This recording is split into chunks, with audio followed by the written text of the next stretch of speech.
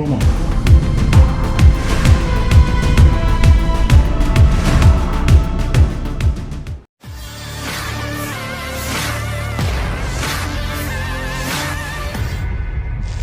Sebuah bangunan di mana pasukan Israel dibarikade menjadi sasaran peluru TBG di lingkungan Tal Al-Sultan sebelah barat kota Rafah. Rekamannya ramai beredar di media sosial Telegram pada Rabu 14 Agustus 2024. Brigade Al-Qassam terus bekerja di medan perang, meluncurkan serangan balasan pada kendaraan militer dan orang-orang Israel yang terdeteksi. Kali ini pejuang Al-Qassam secara brutal membidikan pelurunya pada dua orang tentara Israel yang teridentifikasi di sebuah bangunan. Diketahui tentara IDF itu baru saja ingin melancarkan serangannya, namun diserang lebih dulu oleh pejuang Palestina. Hasilnya tidak main-main. Bangunan tempat tentara Israel berada meledak dahsyat.